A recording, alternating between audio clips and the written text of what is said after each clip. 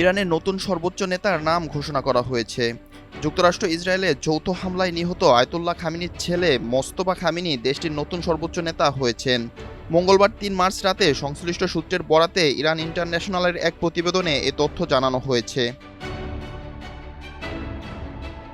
প্রতিবেদনে বলা হয়েছে, ইরানের অ্যাসেম্বলি অব এক্সপার্ট খামিনির ছেলে মোস্তফাকে পরবর্তী সর্বোচ্চ নেতা হিসেবে নির্বাচিত করেছে।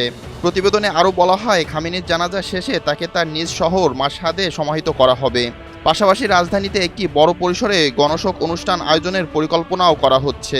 আয়োজক কমিটির কর্মকর্তারা রাজধানীতে সর্বসাধারণের অংশগ্রহণে স্মরণসভা করার প্রস্তুতি নিচ্ছেন বলেও প্রতিবেদনে উল্লেখ করা হয়। তবে জানাজা বা স্মরণ অনুষ্ঠানের তারিখ ও সময় এখনও ঘোষণা করা হয়নি।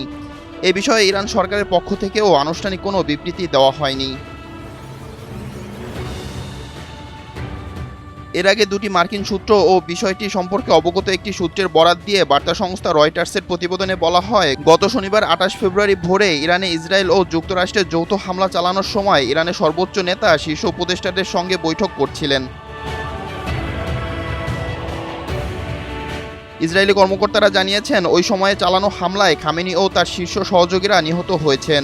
তাদের মধ্যে ছিলেন সাবেক ন্যাশনাল সিকিউরিটি কাউন্সিল সচিব আলী শ্যামখানি ও ইসলামিক রেভলিউশন গার্ড কর্পসের কমান্ডার মোহাম্মদ পাকপুর।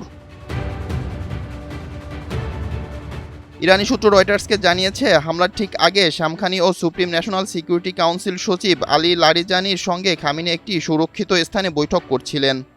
বিপ্লব শেখ, এনটিভি অনলাইন।